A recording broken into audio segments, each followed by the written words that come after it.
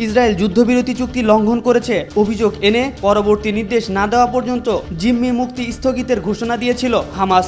এই ঘোষণার পরপরই রীতিমতো চটে গেছেন মার্কিন প্রেসিডেন্ট ডোনাল্ড ট্রাম্প। এবার গাজায় ভেঙে পড়তে পারে নরক, এমন হুমকি দিলেন ট্রাম্প।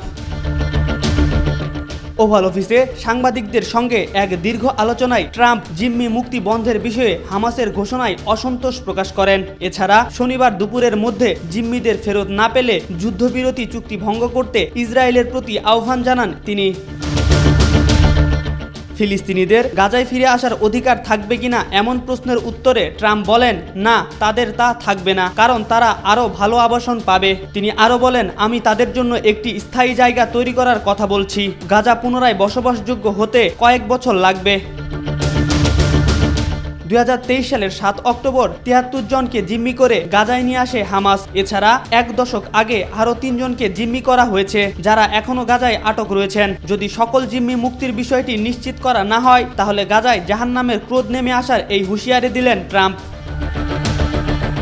ট্রাম্পের এই হুঁশিয়ারির পর ইসরায়েল ডিফেন্স ফোর্সের সদস্যদের সর্বোচ্চ স্তরের সতর্কতা নিশ্চিত করার নির্দেশ দিয়েছেন প্রতিরক্ষা মন্ত্রী ইসরায়েল কাটজ। গাজার যে কোনো সম্ভাব্য পরিস্থিতির জন্য সর্বোচ্চ সতর্ক থাকার নির্দেশ দেন তিনি। কোনোভাবেই 7 অক্টোবরের পুনরাবৃত্তি সহ্য করা হবে না বলে হুঁশিয়ারি দেন কাটজ। এমন পরিস্থিতিতে হামাস ইসরায়েল যুদ্ধবিরতি ভেস্তে যাওয়ার আশঙ্কাও প্রকাশ করেছেন বিশেষজ্ঞদের অনেকে। MR আকাশ, আজকাল।